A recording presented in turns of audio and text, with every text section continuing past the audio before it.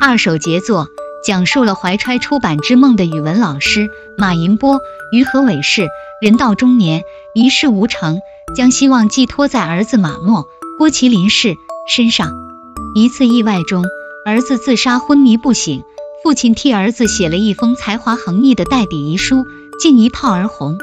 于是父亲假借儿子的名义实现自己的作家梦，然而现实却给了他一记响亮的耳光。无厘头的剧情，仅看预告中的片段就已笑到停不下来，想必正片会更加精彩。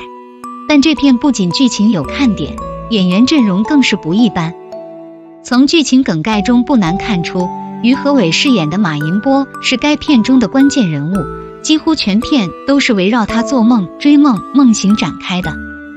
于和伟的演技非常老道，不仅是国家一级演员，还凭借《觉醒年代》斩获了白玉兰最佳男主。他饰演的陈独秀有着文人的风骨，又有着革命者的慷慨无畏。而在《坚如磐石》中，他饰演的大反派黎志田为表面上一副儒雅端庄，实则心狠手辣，杀人不眨眼，光站在那就能让人感觉到强大的气场。用他自己的话说，黎志田这个角色会让于和伟在荧幕当中的好人形象垮塌。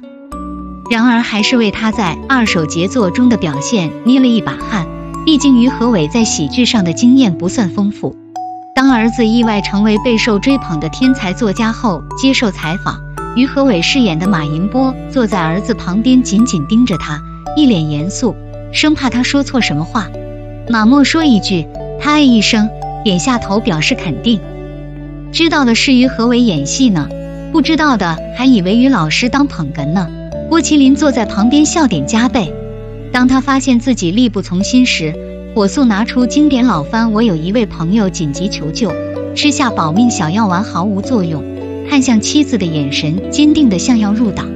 得知自己以儿子名义发表的遗书火遍网络，被出版社找到准备出书后，惊讶的用手捂住了嘴，娇羞中带着惊讶，惊讶中带着盲目，踩在我的笑点上蹦迪。从预告中看，马银波身上的癫狂、接地气、固执算是被于和伟玩明白了，他的一举一动全在人物之中，塑造性真的太强。除了如此会演的重量级戏骨坐镇外，片中的配角们个个实力也不俗，但凡于和伟拉胯一丁点，都压不住这群王炸级的配角。第一位，郭麒麟。郭麒麟被称为相声圈里培养出来的演技派。他在《庆余年》中饰演的范思哲虽然戏份不多，但表演自然不做作，制造出来的喜剧效果一点也不突兀。在《赘婿》里出演男一号的他表现惊艳，轻松自如，收获了无数的好评。